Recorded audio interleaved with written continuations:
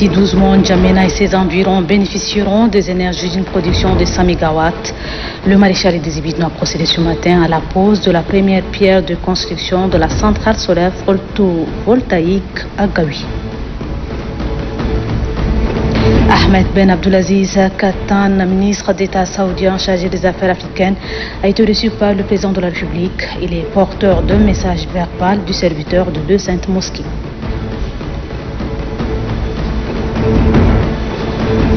En sport, le championnat provincial de la Ligue de football de N'Djamena pour la saison 2020-2021 sera lancé le 3 décembre prochain.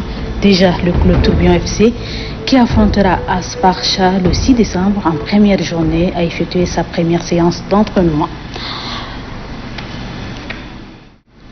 Voilà, c'est tout pour les titres. Bonsoir à toutes et à tous et bienvenue dans cette session d'information. Je le disais, le président de la République, le maréchal Idriss Déby, a procédé ce matin à la pose de la première pierre du projet de construction d'une centrale solaire photovoltaïque. La localité choisie est Gaoui, dans la commune du 8e arrondissement. Ce projet est porteur d'avenir. Il va permettre à répondre au délestage récurrent d'électricité et va générer d'emplois directs et indirects. D'un coût global de plus de 100 milliards de francs CFA, ce projet est la concrétisation de la politique du maréchal à trouver une solution à la crise énergétique. Amadé Abbas.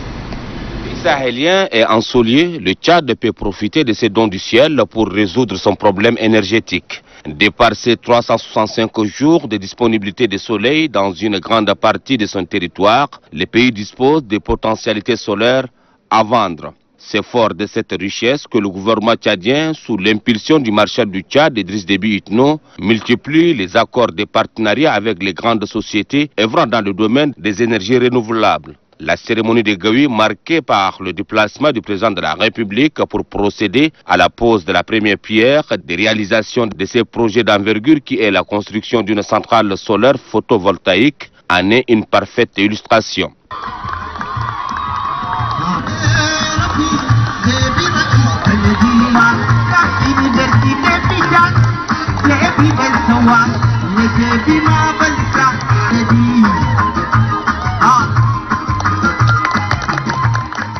Plantant les décors, le maire de la ville de N'Djamena, Oumar Boukar, a salué les efforts consentis dans ces domaines par le maréchal du Tchad, Idriss Déby Itno. Pour lui, N'Djamena sera une ville éclairée et agréable. Dans sa présentation, le directeur technique de la société autrichienne Mers Solar Technology, Mamadou Diallo, renseigne que le projet porte sur la construction de deux centrales solaires de 100 MW en deux phases de 50 chacune avec un système de stockage d'énergie de 10 MW vol ampère heure, le tout à une sous-tension électrique de 33,90 kV. 12 mois, c'est le délai accordé pour réaliser cette centrale solaire de Gaoui. Pour le directeur général de l'entreprise Merch Solar Technology, Hans Merl, sa société a une expérience dans le domaine d'exploitation de l'énergie solaire, s'engage à accompagner le gouvernement tchadien dans sa volonté de renforcer les capacités énergétiques de la Société nationale d'électricité SNE. Il promet de construire une ligne de haute tension de 10 km, ce qui permettra de réduire les délestages intempestifs dans la ville de N'Djamena et ses environs. Ce projet peut également créer 600 emplois directs et indirects. La ministre de l'Énergie, qui salue l'engagement du président de la République, dévoile les orientations données par le maréchal du Tchad. Vous ne vous êtes pas arrêté là, maréchal du Tchad.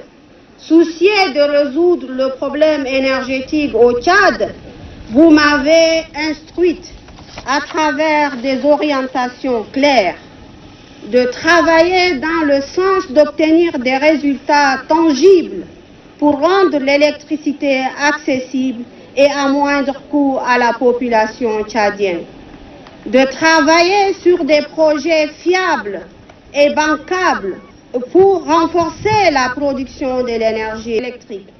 Le coût d'investissement de ce projet est d'environ 150 millions de dollars américains, soit plus de 100 milliards de francs CFA, y compris la construction d'une sous-tension à détraver pour la connexion à la boucle de 90 kW. Il est entièrement financé par Mers Solar Technology, qui aura à gérer la centrale solaire photovoltaïque pour une durée de 20 ans avant de passer la main à la SNU.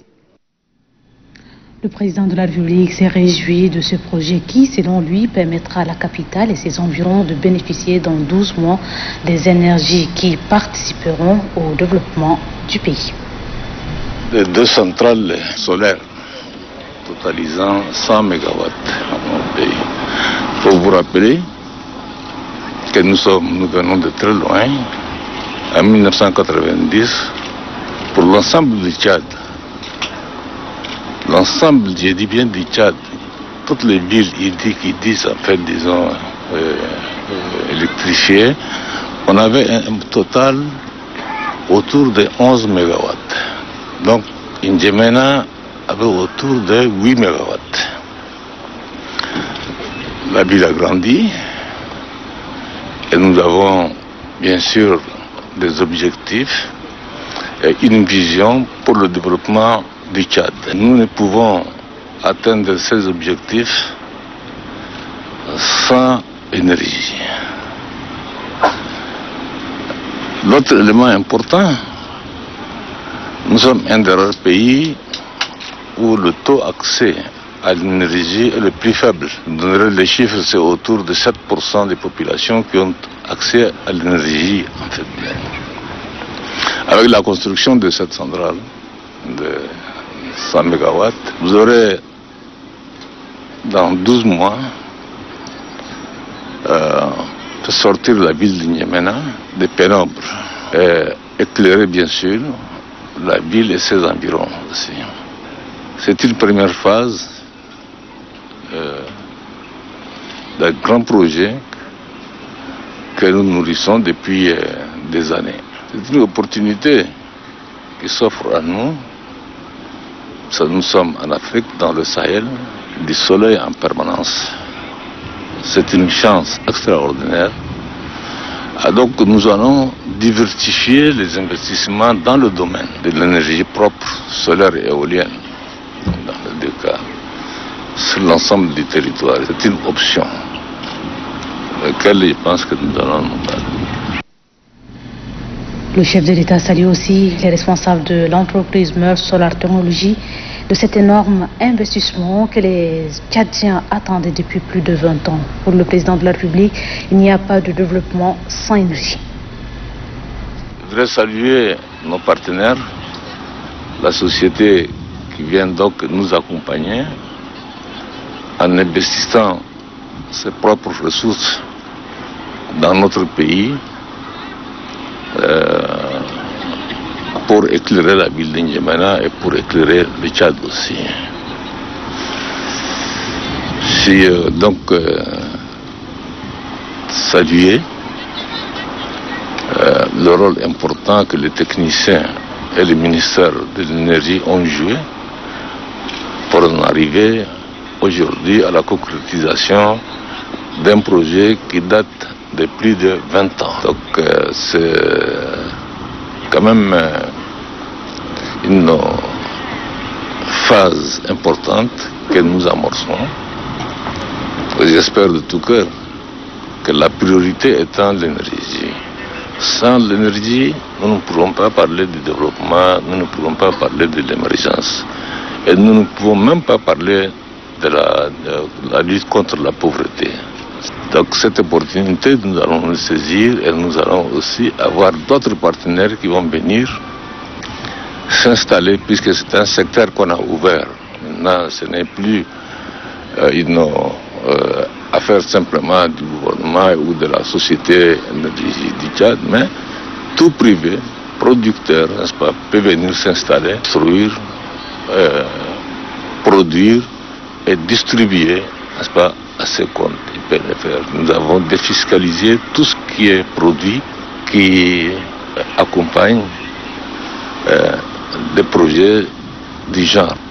C'est de tout cœur que tout se passe bien et que dans 12 mois, nous aurions donc déjà non seulement terminé cette phase, mais passer à d'autres phases aussi entre-temps. J'encourage le ministre de continuer, pas seulement pour la ville de N'Djamena, mais pour toutes les grandes villes, en fait, disons, du Tchad, ont besoin d'une énergie. Rien ne se fait sans l'énergie. Voilà, donc toute ma satisfaction sur cette cérémonie qui a une signification profonde et qui donne de l'espoir aux Tchadiens de sortir des pénombres et avoir accès à l'électricité à moindre coût. Peu avant de présider la cérémonie officielle de pose de première pierre de la centrale solaire photovoltaïque à Gaoui, le maréchal a accordé une audience au ministre d'État saoudien chargé des affaires africaines, Ahmed Ben Abdelaziz Katan. Il est porteur d'un message verbal du serviteur de deux saintes mosquées du roi Salman Ben Abdelaziz Al Saoud. La dernière entrevue entre le maréchal du Tchad, Idriss Déby Itno, président de la République, chef de l'État, et le ministre d'État saoudien chargé des affaires africaines, Ahmed Ben Abdelaziz Katan, remontait au 4 octobre dernier. Ce 21 novembre, le diplomate saoudien revient sur ses pas, porteur d'un message verbal du serviteur de deux saintes mosquées, le roi Salman Ben Abdelaziz Al Saoud. Ce message verbal a trait au renforcement de la coopération entre le Royaume d'Arabie Saoudite et le Tchad. Une relation que le maréchal du Tchad et le serviteur de deux saintes mosquées ne cessent de lui insuffler une nouvelle dynamique dans l'intérêt des deux peuples frères ayant en partage plusieurs proximités. Elles sont, entre autres, linguistiques, religieuses, mais aussi les deux pays siègent au sein de plusieurs institutions dont l'Organisation de la coopération islamique, OCI. Outre ces volets, la question de la lutte contre le terrorisme, ennemi commun du Tchad et à l'Arabie Saoudite, est également abordée. Pour les deux pays, l'éradication de ces mâles tentaculaires passe surtout par une mutualisation des efforts. C'est sur cette convergence de vues que le ministre d'État saoudien chargé des affaires africaines, Ahmed Ben Abdelaziz Katan, a quitté le Tchad après des échanges riches et fructueux avec le maréchal du Tchad, Idriss Déby Itno. L'association de femmes ingénieurs, avec l'appui de celle du ministère de la Femme, ont pris d'assaut les locaux du ministère de l'Aménagement du Territoire, du Développement et de l'Habitat pour rendre ça libre. C'était en présence du ministre Aminator Naïmir. Noudjambozine Korodi. Un environnement sain est propice à l'épanouissement à l'homme. C'est pourquoi les membres de l'association des femmes ingénieurs et celle du ministère de la Femme ont rendu salubres les locaux du ministère de l'Aménagement du Territoire, du Développement de l'Habitat et de l'Urbanisme. Ces femmes ont également nettoyé l'axe du palais de justice, une opération qui s'inscrit en droite ligne du plan d'action de l'association des femmes ingénieurs. Dans le cadre de la poursuite de nos activités, nous avons comme objectif d'œuvrer dans ce sens-là pour le développement socio-économique de notre pays et accompagner la politique du gouvernement. Impressionnée par ce élan de citoyenneté, la ministre de l'Aménagement du Territoire, du Développement de l'Habitat et de l'Urbanisme encourage cette initiative. Moi, je tiens à féliciter, à encourager mes sœurs ingénieurs et à leur souhaiter bon vent parce que c'est nouveau. Aujourd'hui, c'est vrai, on est de différents secteurs, mais des femmes ingénieures, il n'y en a pas beaucoup. Telles qu'elles sont organisées, elles donneront l'espoir à d'autres filles afin qu'elles puissent également devenir des ingénieurs et on sait toujours, la touche féminine est toujours la meilleure. La ministre demande aux autres associations de suivre cet exemple pour rendre plus rayonnante la capitale.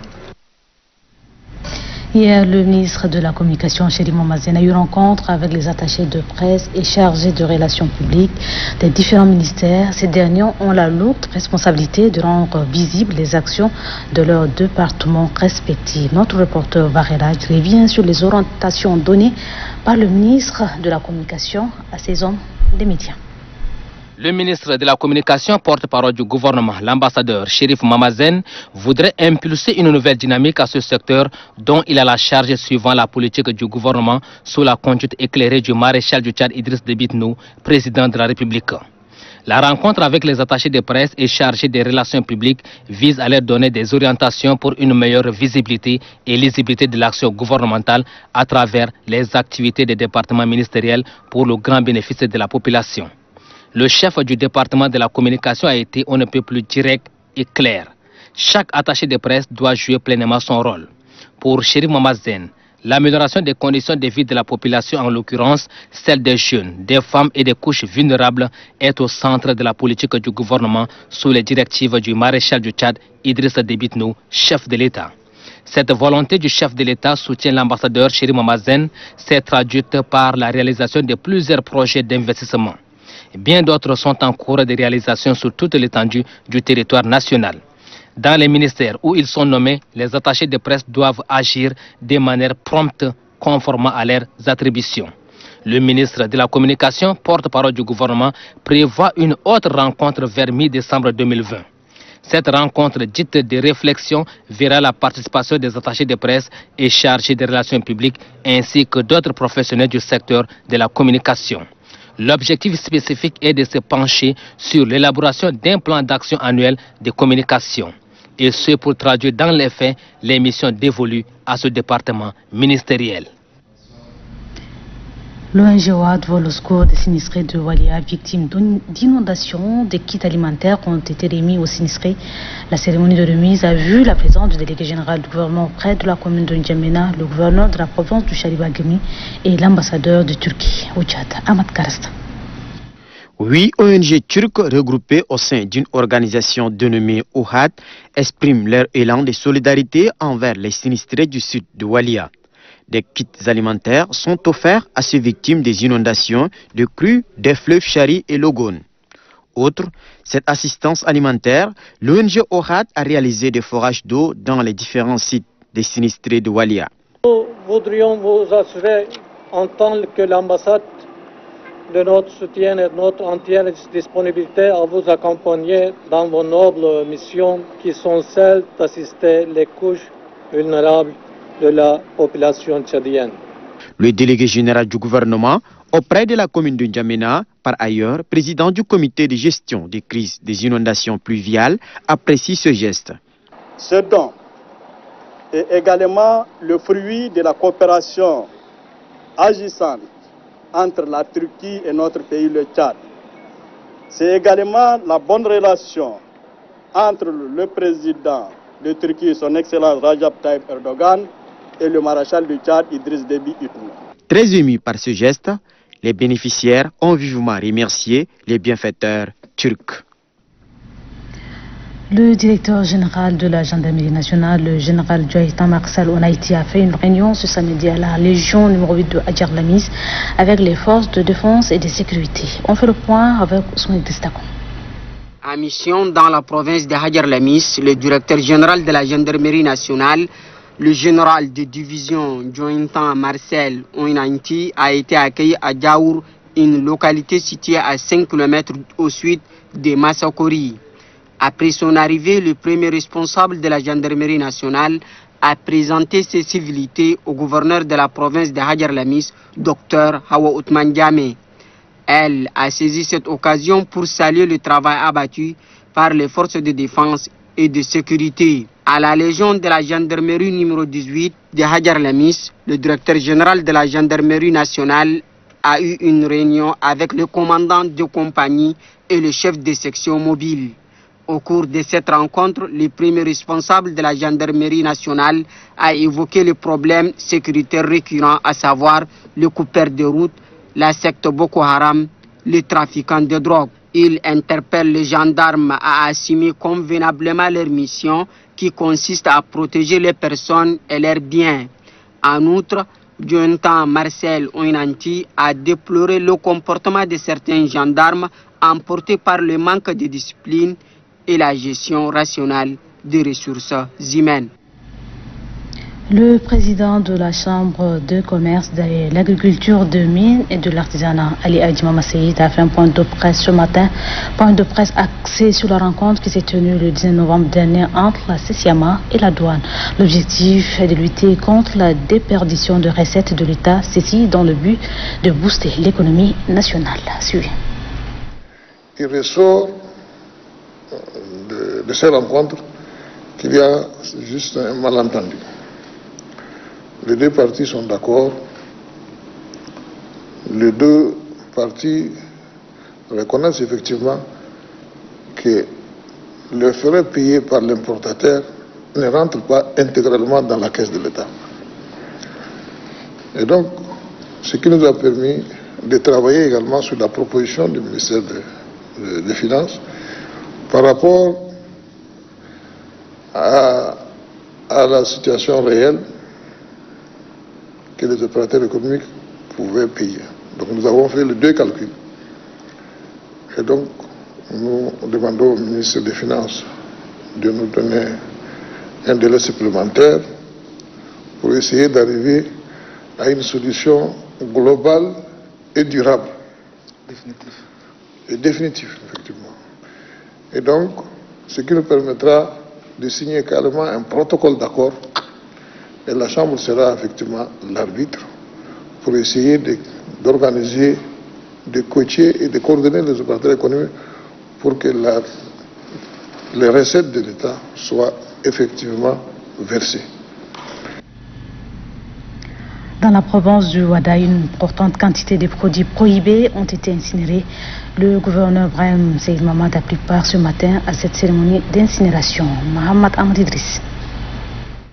La lutte contre les maux qui minent la société et surtout la consommation de la drogue est une priorité du gouvernement. C'est dans ce sens qu'une quantité importante de la drogue composée de tramol et hashish a été incinérée à quelques kilomètres à la sortie de la ville d'Abéché, axe N'Djamena Hadjer.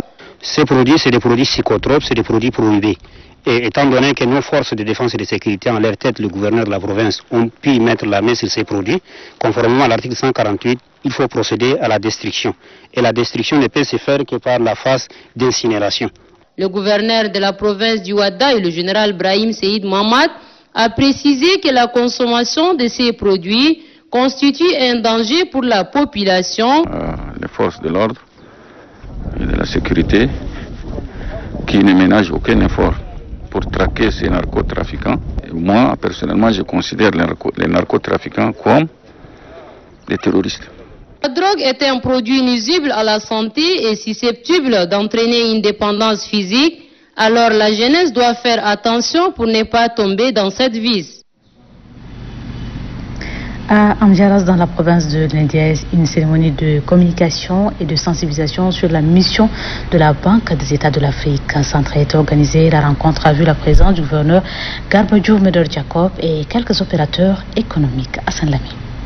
En 1972, la BAC a pour but, entre autres, de battre et mettre en circulation la monnaie, collecter des billets usés en vue de leur destruction et lutter contre l'inflation et la contrefaçon. Le maire de la ville d'Amjaras, Aboud Hashim Bouder, soutient que la BAC doit penser à une stratégie de dépôt de fonds pour encourager les initiatives locales. Le directeur de la BAC, agence d'Abéché, Pierre Mbaye Oundam, exhorte les opérateurs économiques à ne pas déposer l'argent à la maison, mais plutôt dans des banques commerciales. Juste après l'exposé, quelques personnalités ont posé des questions et des réponses ont été données.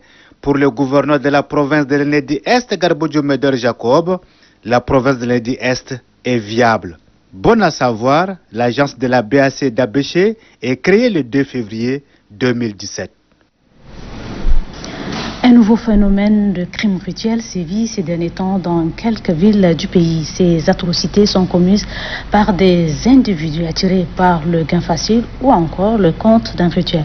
En N'Djamena et Assar, quelques cas ont été signalés. Ces présumés auteurs de crimes rituels ont été présentés aux autorités il y a quelques jours. Cette situation a inspiré notre reporter Abdelaziz Omar Sabala. Suivi.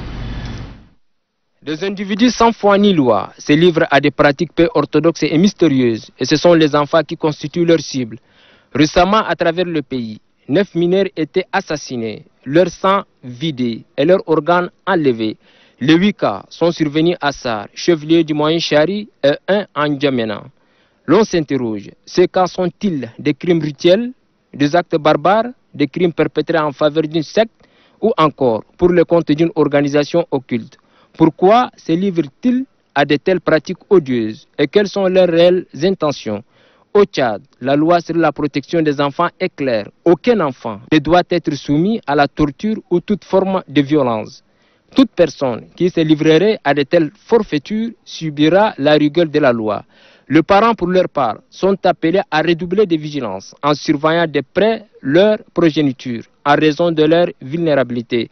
La population dans son ensemble doit également jouer sa partition en dénonçant toute personne suspecte. Face à ces phénomènes qui prennent de l'ampleur, les autorités sécuritaires, les délégués de quartier, les chefs de carré, les leaders traditionnels et religieux, bref, toutes les sensibilités sont appelées à mettre en synergie leurs actions en vue de protéger les enfants contre ces ennemis de la société. En sport, le championnat provincial de la Ligue de football de N'Djamena pour la saison 2020-2021 sera lancé le 3 décembre prochain. Le club Tourbillon FC, qui affrontera Asparcha le 6 décembre en première journée, a effectué sa toute première séance d'entraînement ce samedi. Yann Mouyibi. Vainqueur plusieurs fois du championnat et détenteur de nombreux trophées, Tourbillon FC apparaît aujourd'hui comme un géant au pied d'argile, car depuis quelques saisons, le club peine à jouer les premiers rôles. Mais pour la saison sportive 2020-2021, les dirigeants de Tourbillon nourrissent des ambitions. L'objectif de Tourbillon pour cette année, d'abord un titre, parce qu'il faut être champion. Si une équipe s'engage à un championnat, ce n'est pas accompagner les autres. Un objectif pour lequel il va falloir se battre. Ça serait vraiment difficile. C'est parce que vous savez qu'on vient juste de commencer les entraînements et vraiment ça serait très difficile. Et nous allons faire tout pour mettre une équipe sur place, une équipe compétitive qui peut aborder le premier match. Pour rivaliser d'adresse avec les 11 autres concurrents engagés en première division de la Ligue provinciale de football de N'Djamena, Tourbillon FC a fait appel aux nouveaux talents. Nous avons ciblé au moins 8 à 9 joueurs. Ce n'est pas en dehors d'N'Djamena, mais des joueurs qui jouent dans les championnats de la Ligue provinciale de N'Djamena. Parmi les joueurs ciblés, nous avons déjà 3 ou 4 joueurs qui sont venus aujourd'hui pour les séances d'entraînement. Le championnat provincial de football de N'Djamena pour la saison 2020-2021 va démarrer le 3 décembre 2020. Tourbillon livrera son premier match contre Asparcha le 6 décembre 2020. La situation épidémiologique de la maladie à coronavirus de ce samedi se présente comme suit. Sur 464 échantillons analysés, 7 cas confirmés, dont 4 contacts des cas précédents, 4 au Mayukibi-Ouest et 3 en N'Djamena, 4 guéris, 0 décès, 63 malades sous traitement. La coordination nationale de riposte sanitaire invite la population à rester sereine, solidaire, vigilante et rappelle au respect strict de mesures barrières. La signature, professeur Chouao Chimi, coordinateur national de riposte sanitaire. Et avant de clore cette édition, cette page noire décidée le 16 novembre, Adoumbé Djimrabe est inhumé cet après-midi au cimetière de Toukra. Parents, amis et collègues de travail de l'ONAMA lui ont rendu un dernier hommage. Ousmane Idrissako. La famille de l'Office national des médias audiovisuels ONAMA est dans la consternation. Elle a perdu l'un de ses agents, Adoumbé Djimrabe, chef de service maintenance à la radiodiffusion nationale tchadienne.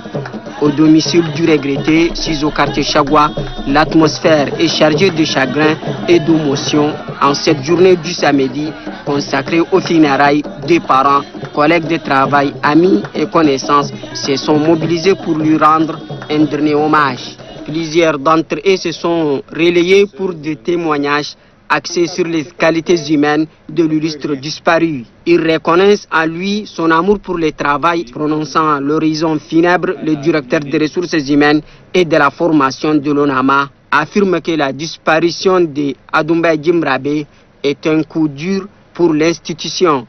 Adoumbé Djimrabe, tu nous quittes pendant que notre jeune office national de médias audiovisuels a encore besoin de tes compétences et expérience pour atteindre des objectifs. En cette circonstance particulièrement douloureuse, nous adressons au nom de Monsieur le ministre de la Communication, porte-parole du gouvernement, du président du conseil d'administration de l'ONAMA, au nom de la direction générale de l'ONAMA et de tout le personnel, nos sincères condoléances les plus attristées à tous les parents, amis et connaissances éprouvés par cette dure circonstance. Fé Adoumbe Djimrabe est né le 11 septembre 1976 à Koumbra, où il débuta ses études primaires. Après l'obtention de son baccalauréat série D en 1998, puis le brevet de technicien supérieur, il est recruté en juillet 2009 à l'ex-office national de radio et télévision, Honor TV. Le défunt laisse derrière lui 6 orphelins et 2 veuves. Dirigé par ma voix, présente ses condoléances aux parents de l'illustre disparu, paix à son âme. Et sur ce, c'est la fin de cette édition. Merci à vous, très belle soirée à toutes et à tous, bonsoir et à demain, Inch'Allah.